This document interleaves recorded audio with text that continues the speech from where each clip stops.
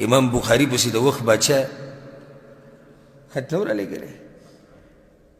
وی ته دا درسونه کې دا حدیثونه بیانې په دې جومات کې چېرته زموږ دې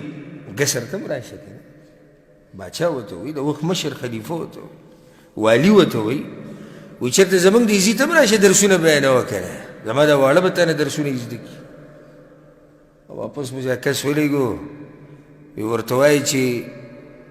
هغه په جواب کې دا وایي چې هلته به راشي زما جومات ته زما مجلس ته